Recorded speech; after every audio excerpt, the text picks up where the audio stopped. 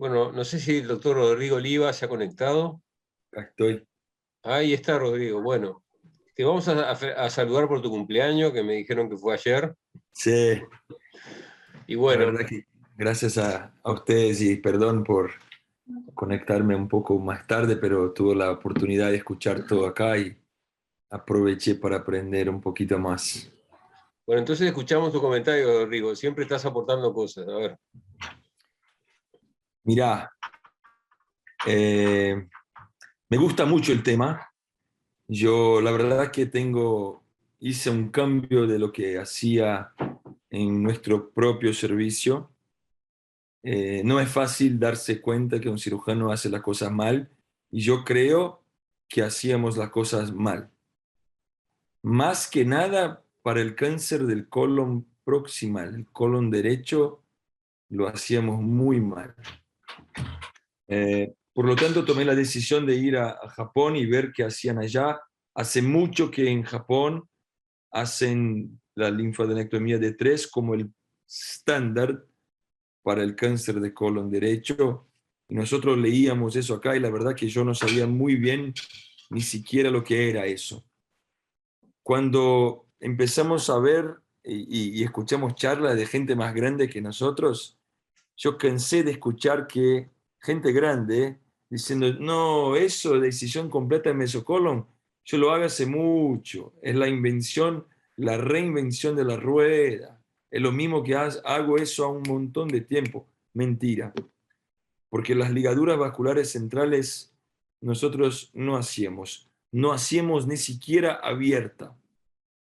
Entonces, yo cuando fui a Japón me di cuenta que era una cirugía distinta, que habría que disecar por otros territorios que nosotros no disecábamos antes, y la verdad que hoy en día, por la poca evidencia que hay, coincido con lo que fue mostrado, que la linfadenectomía más extensivas y más extensas, de hecho, tienen mejor resultado oncológico. Pero acá quisiera comentar algo que quizás no hubo oportunidad de los chicos comentaren, que tiene que ver con quién se beneficia de las linfadenectomías más extendidas. Mucha gente cree que son los enfermos que tienen metástasis ganglionares, cuando de hecho no es así. Aunque los enfermos no tengan metástasis ganglionares, sorprendentemente se benefician de linfadenectomías más extendidas. Las ligaduras vasculares centrales, de hecho, benefician a todos los enfermos, aún enfermos que tengan enfermedad más temprana, estadio 1, estadio 2. No sabemos muy bien por qué. Estos enfermos también se benefician de linfadenectomías con ligaduras vasculares centrales. Por lo cual, perdóname, yo creo que la indoverdicianina en este momento no sirve para absolutamente nada. Tampoco el linfonodo centinela sirve para absolutamente nada. ¿Por qué? Porque no estamos buscando enfermos que tengan metástasis ganglionares. Queremos operarlos a todos con linfadenectomías más extendidas, porque con la evidencia que tenemos hoy, creo que este tipo de linfadenectomía resulta en mejores resultados oncológicos para los tumores de colon derecho. El tumor de colon derecho por mucho tiempo, no sé cómo es en Uruguay, pero acá en Brasil por mucho tiempo era cirugía del cirujano más joven. Era la cirugía del residente que operaba. La colectomía derecha, la paroscópica, era del residente. Hoy por hoy creo que no es así más. La linfadenectomía extendida no es fácil, es compleja y hubo un cambio tremendo, que el colon derecho hoy es el cirujano más experto que opera, porque la linfadenectomía sobre la mesentérica superior es un tema y hay que aprender a hacerla, no se puede hacerla de cualquier forma. Así que yo creo que es algo que tenemos que tener en cuenta y quizás mirar un poco lo que hacen y lo que hacen a bastante tiempo los cirujanos de Japón y del Oriente, porque es, pues, porque yo creo hoy por hoy que tenían total razón. No quiero extenderme demasiado, creo que en términos de linfadenectomía, creo que el colon derecho es el punto más crítico acá. Yo creo que la linfadenectomía extendida comportaría también la linfadenectomía lateral en el cáncer de recto, pero creo que es un tema aparte que seguramente tomaría toda una otra charla para discutir, pero creo que para el colon derecho la linfadenectomía extendida con disección tipo de 3 es clave y es un cambio que tenemos que hacer sí o sí. Andrés, Sí, adelante, Daniel. Rodrigo está en una reunión ahora y tiene que salir seguramente de esta reunión. Así que yo quería adelantar un poquitito al agradecimiento enorme de que Rodrigo esté con nosotros. Rodrigo es un amigo del Uruguay, un amigo desde hace muchos años, y cada vez que le pedimos que colabore con alguna actividad científica nuestra, Rodrigo se presta, ahí está en una reunión familiar y está, aparte de la reunión familiar, estando con nosotros. Rodrigo, te pedimos disculpas porque desde 1920 la Sociedad de Cirugía funciona a las 7:30 de la tarde. Fíjate, hace 100 años que funciona a las 7:30 de la tarde cuando uno se está preparando para la cena. Así que te felicito por el cumpleaños y te agradezco enormemente que hayas participado y por tu comentario. Siempre un amigo importante. Gracias. No, yo la verdad es que me gusta el tema, yo creo que es un tema, es algo que necesita una autorreflexión. El más cómodo es decir que no sirve para nada, el más cómodo es decir que no hay evidencia, y el más cómodo es decir que siempre lo hizo, cuando la verdad es que no es así. Yo hoy por hoy, mirá, yo sigo operando con Angelita. Hay una cirujana en el equipo que no es Angelita, que es más joven que ella, y que es la ayudante más grande de Angelita. Y cuando vino a operar y ver un caso, cuando volvimos de Japón, lo miraba así y decía, Rodrigo, eso nunca hicimos por cirugía abierta. La verdad es que nunca hicimos la cirugía que hacemos hoy por cirugía laparoscópica. Y la verdad es que hay que salir un poco de la zona esa de confort que estamos, porque de hecho creo que lo hacíamos mal, la cirugía del cáncer de colon derecho, y tiene mucho que ver con las ligaduras vasculares y tiene mucho que ver con la linfadenectomía que es hecha para el cáncer de colon derecho. No sé si el de 3 es de hecho mejor que el de 2 óptimo, porque el de 2 puede ser muchas cosas. El de 2 adecuado, lo que se ve la mesentérica superior y se cortan los vasos a la origen de la mesentérica superior, yo creo que tampoco hacíamos nosotros. Yo creo que no hay mucha diferencia entre un D2 óptimo y una D3, pero para hacer un D2 óptimo es casi lo mismo que hacer un D3 desde el punto de vista técnico, de tal forma que yo creo que es una cirugía que debería ser el estándar en un futuro muy próximo, en un futuro muy pronto. Bien. Rodrigo, yo te agradezco mucho por tu tiempo. Creo que el concepto que transmitiste, hoy la cirugía mínimamente invasiva permite operar mejor, ver mejor y hacer disecciones más completas y más precisas. Y eso creo que es importante porque la gente joven es la que tiene que agarrar esa antorcha y, bueno, y desarrollarla porque ese es el camino. Y ese concepto creo que vale ya la reunión. Así que muchas gracias por tu tiempo, que termines bien tu cumpleaños o el festejo. Y bueno, y te vamos a estar molestando continuamente, eso no te quede la menor duda. Bueno, nos veremos pronto en diciembre por el Congreso Uruguayo, ¿no? Bueno, así que andá a festejar, Rodrigo, y muchas gracias por tu participación. Gracias. Buenas noches a todos. Bueno, doctor Canesa.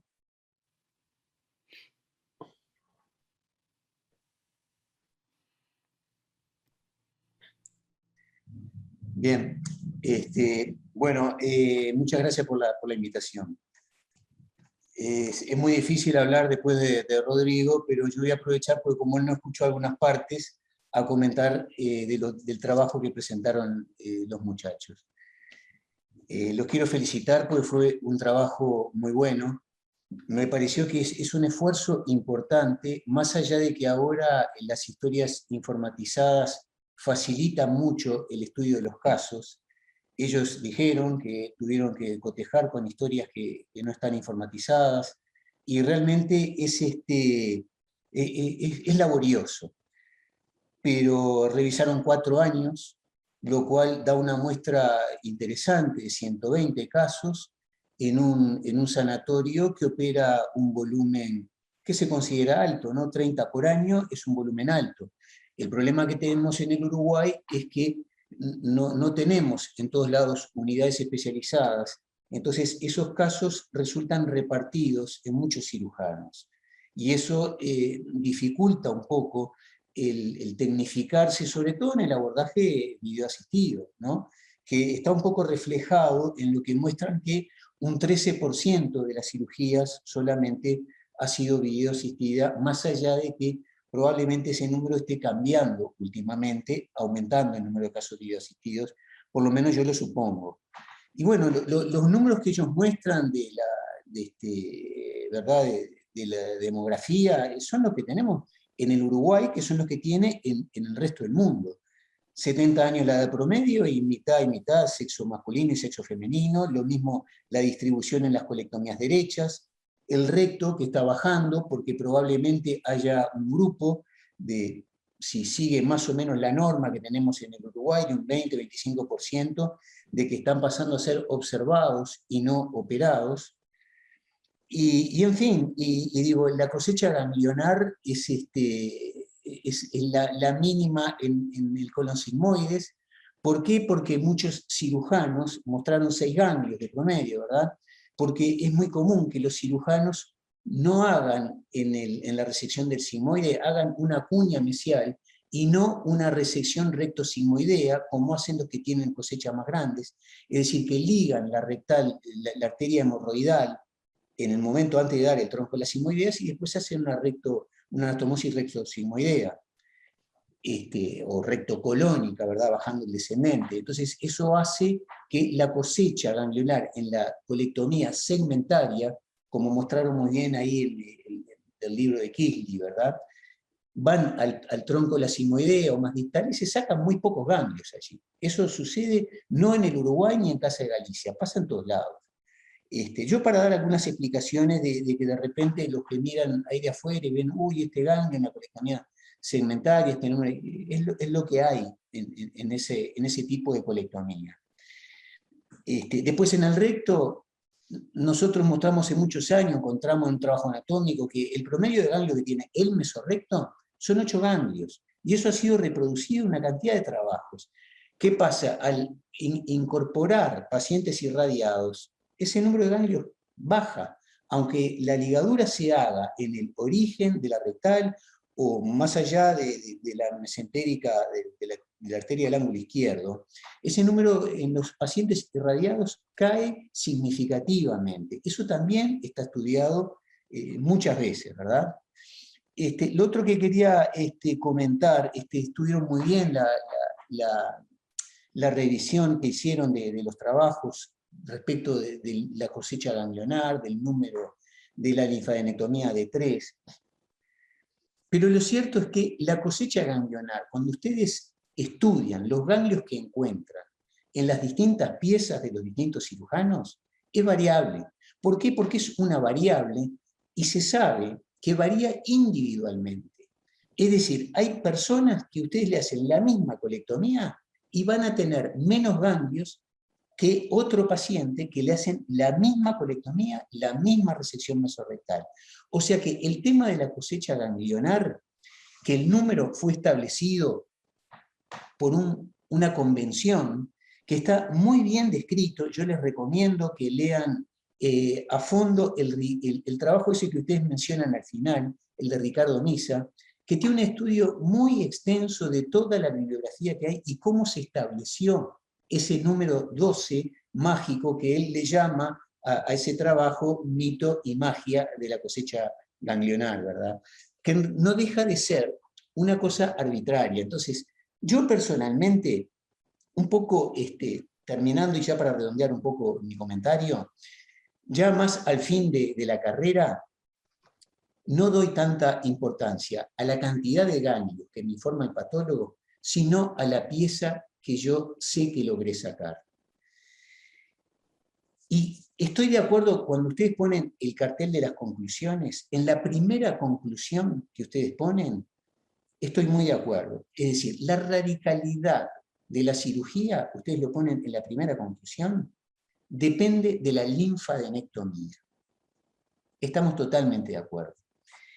En lo que yo puedo no estar tan de acuerdo con muchos otros cirujanos es en que esa radicalidad, es decir, la extensión de la linfadenectomía, deba ser de confección.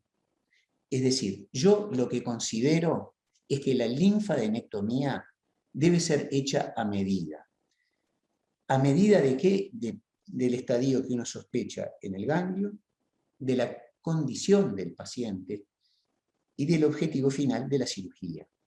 Todos me dirán, bueno, sí, es lógico, si uno va a hacer una resección paliativa en un viejito que tiene un tumor sangrante, no se va a preocupar por la cosecha ganglionar. Pero de esa misma forma, cuando uno tiene, yo veía en las últimas recomendaciones que ustedes mostraban, ¿no?, que la D2 era la cirugía apropiada para un T1N0, es decir, de estadificación naturalmente por imagen, porque el cirujano cuando va a operar no sabe qué tipo de ganglios tiene, ¿verdad? Es decir, lo recomendado es una D2. Yo podría estar prácticamente de acuerdo, casi que sí, pero también hacemos a veces resecciones que no son D2, yo debo decirlo honestamente, en pacientes que se presentan con un tumor T1 imagen endoscópicamente. ¿Por qué? Porque la linfadenectomía extendida está asociada a mayor morbilidad. Y eso lo muestran los que publican, porque hay que diferenciar los que publican de todo el resto de los cirujanos del mundo que no publican. Cuando uno le anda haciendo firuletes a la vena mesentérica, tiene más riesgo de tener lesiones venosas. Y la lesión quirúrgica iatrogénica de la vena mesentérica superior es una lesión potencialmente grave y mortal. Es importante que los cirujanos lo tengan en cuenta, porque la sutura de la vena mesentérica se asocia más, aunque no se muera el paciente en ese momento, a infarto venoso, a trombosis de la vena mesentérica e infarto venoso, que puede resultar mortal para el enfermo en la reintervención. Entonces, yo hago un llamamiento y me plego a lo que recomendaba Rodrigo, que una D2 bien hecha puede ser suficiente y no es necesario andarle haciendo firuletes en la cara anterior o en la cara izquierda a la vena mesentérica para evitar lesiones de ese vaso que es tan importante y tan riesgoso cuando se cometen lesiones a ese nivel. En fin, es un tema que a mí me apasiona mucho y no voy a hablar más, aunque tendría muchas otras cosas para comentar y cederle la palabra a los colegas que están por ahí. Muchas gracias, doctor Canessa. Doctor Ceballos. Bueno, ya a esta altura ya es un atrevimiento hablar después de Rodrigo, después de Canessa y teniendo a Varela también enfrente, porque son tres apasionados del tema de los ganglios. Incluso Canessa tiene la publicación esa que ha sido reproducida en varios trabajos de la disección de los ganglios del mesorrecto hace muchos años y que es un trabajo citado por muchos autores y que ya ahí muestra algunas cosas que al día de hoy se ve que es de la variabilidad del número de ganglios. Y creo que, no me acuerdo con exactitud, pero creo que había de 2 a 19 ganglios en promedio a nivel del mesorrecto. Entonces, ya vemos que esa variabilidad existe y existe desde las disecciones de las piezas cadavéricas. El tema desde el tema propio de la cosecha ganglionar, es un tema interesantísimo. Vuelvo a destacar, no quiero ser reiterativo porque quería comentar algunas cosas, pero el esfuerzo que genera hacer estos trabajos de revisión, de búsqueda de archivos, es muy importante. Y el revisar la casuística propia de cada uno, de cada unidad, el tener la preocupación y la valentía de venir y publicarlo y presentarlo y mostrar los números, me parece que es algo muy bueno y muy sano. Acá, por ejemplo, un dato interesante complementario sería saber cuántas de esas colectomías, a mí no me quedó claro si se dijo, si fueron hechas en la urgencia o de forma programada de coordinación. Y también el número de cirujanos, por ejemplo, participantes. Porque no es lo mismo las colectomías hechas en unidades de coloproctología que las unidades hechas por un staff de planta, digamos, de cirugía, como las colectomías hechas en la urgencia, con cirujanos más jóvenes, con menos experiencia y en situaciones de urgencia. Ahí puede variar mucho la resecabilidad oncológica y la cosecha ganglionar oncológica. Entonces, ese es un dato que puede ser interesante buscar y aportar también al trabajo. Desde el primer momento, lo primero llamativo y a reflexionar y a hacer una revisión es el número de 12, como dijo Canessa, y como está puesto en el trabajo que hizo Misa, ese número mágico de 12, que surge obviamente de un consenso ya hace muchos años, pero que surge de algunos trabajos que desde el punto de vista metodológico son muy discutibles y que inicialmente se decía de 12 a 17 y después la UICC lo estableció en 12, pero no sabemos muy bien por qué en 12. Pero a partir de ahí es un tema de auditoría personal del cirujano y general ese número establecido como un estándar de calidad de 12 ganglios. Lo cual también surge del trabajo, lo que mencionaron en el trabajo, que también depende mucho del patólogo. ¿Y por qué digo que depende mucho del patólogo? Porque depende si es un patólogo que está directamente entrenado en la búsqueda o en la metodología de la búsqueda de esos ganglios y en los métodos de búsqueda y de determinación de los ganglios. Entonces, si yo sé como patólogo que el estándar y que un número de 12 lo puedo considerar satisfactorio y encuentro 12 ganglios, ¿sigo buscando o me planto ahí? Entonces, eso puede traer aparejado diferencias muy notorias en una misma pieza quirúrgica con una misma calidad, digamos, oncológica, en que algunos, después que encuentran el número determinado de ganglios que ya se da por satisfactorio, no seguir haciendo una búsqueda ni un método de aclaramiento. Que obviamente el patólogo, si no llega al número de 12, va a hacer algunas técnicas de aclaramiento o de búsqueda más pormenorizada, buscando llegar al número de 12. Entonces, ahí puede haber una diferencia que yo considero que puede ser muy importante en cuántos ganglios obtengo o cuántos ganglios obtiene el patólogo en la búsqueda de los ganglios linfáticos. Entonces, yo cuando me planteo estos temas, yo me planteo que me parece muy importante y me parece también un elemento de calidad quirúrgica tener una fotografía de la pieza en fresco. Porque eso como documento, y no digo como documento legal, sino como documento de calidad quirúrgica, una foto en fresco de una pieza quirúrgica con una resección, digamos, considerada estándar, a mí, si el patólogo me dice, tuviste 7 ganglios y tengo una pieza quirúrgica satisfactoria, de acuerdo a la topografía de la lesión, yo considero que no me preocuparía. Después, lo otro importante que me parece mencionar es cuando uno habla de una mayor extensión en la cosecha ganglionar. Muchos trabajos mostraron que a mayor cosecha ganglionar mejoraba la sobrevida. Sin embargo, en ese aumento de números de ganglios obtenidos, no encontraban ganglios metastásicos. Entonces, uno dice, bueno, si no aparecieron más ganglios metastásicos a pesar del mayor número de ganglios, ¿por qué mejora la sobrevida? Entonces ahí yo creo que un aspecto muy importante es la inmunocompetencia del paciente. Tiene más ganglios porque es más inmunocompetente. Y si es más inmunocompetente, probablemente eso tenga un impacto en la sobrevida. Y no necesariamente por metástasis saltarinas. Con respecto a las metástasis saltarinas, siempre se hace hincapié, y el TNM hace hincapié, en el número de ganglios positivos sobre el número de ganglios total, pero no hace hincapié sobre la topografía del ganglio. Entonces, a mí me parece muy importante, porque el TNM no lo menciona, de decir de dónde es el ganglio positivo. No es lo mismo un ganglio positivo en el origen del pedículo principal que un ganglio positivo pericólico. Y eso sí tiene un impacto pronóstico muy importante.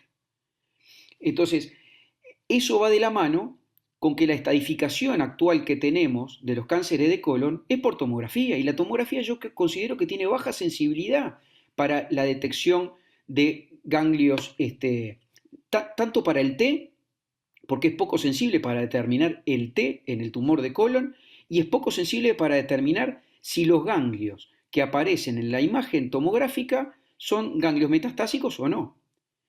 A diferencia de las imágenes por resonancia que tenemos hoy en el cáncer de recto, que tienen mucho mayor precisión diagnóstica tanto para los ganglios como para el T.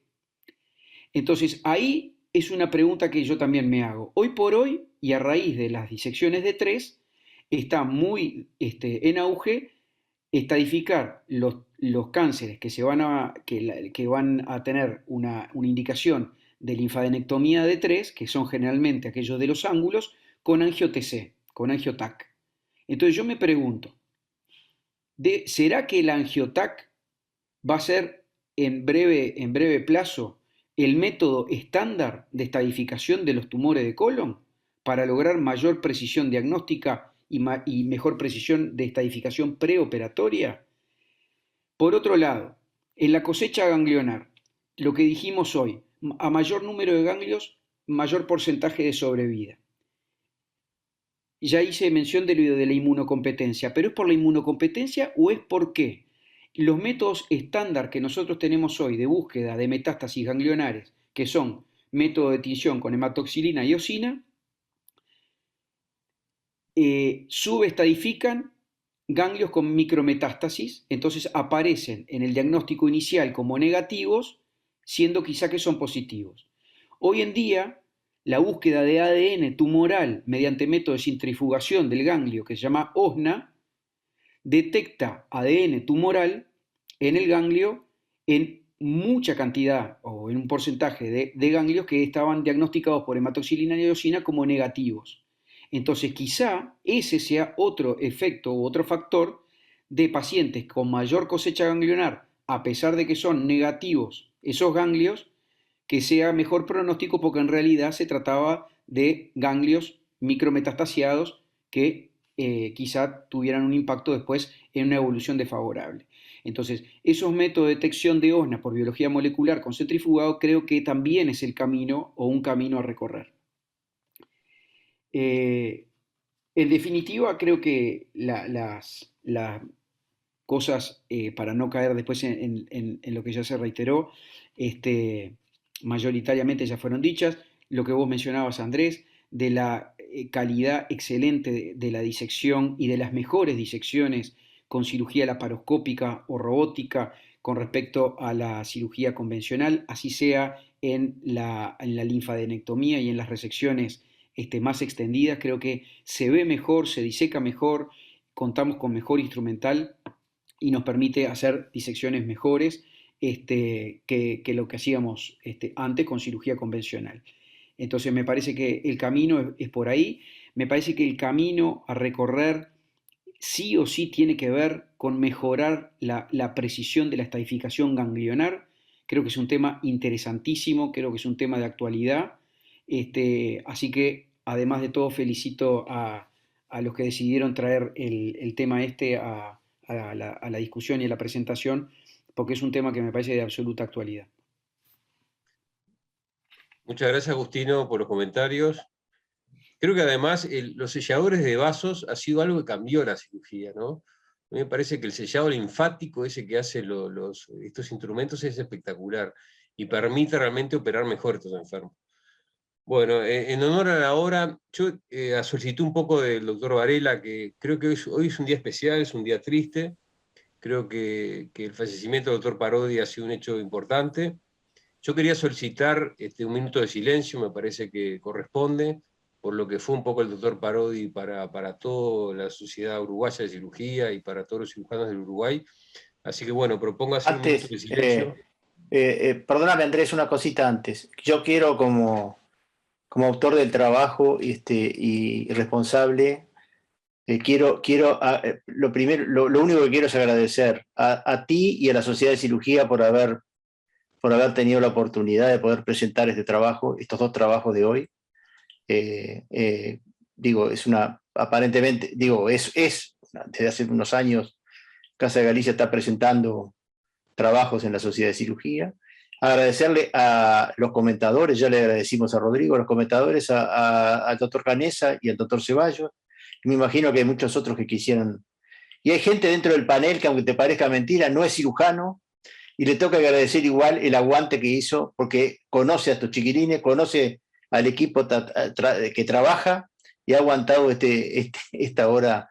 Y ese era solamente un agradecimiento, nada más. Y estoy completamente de acuerdo en proceder como tú dijiste. Bien, hacemos un minuto de silencio.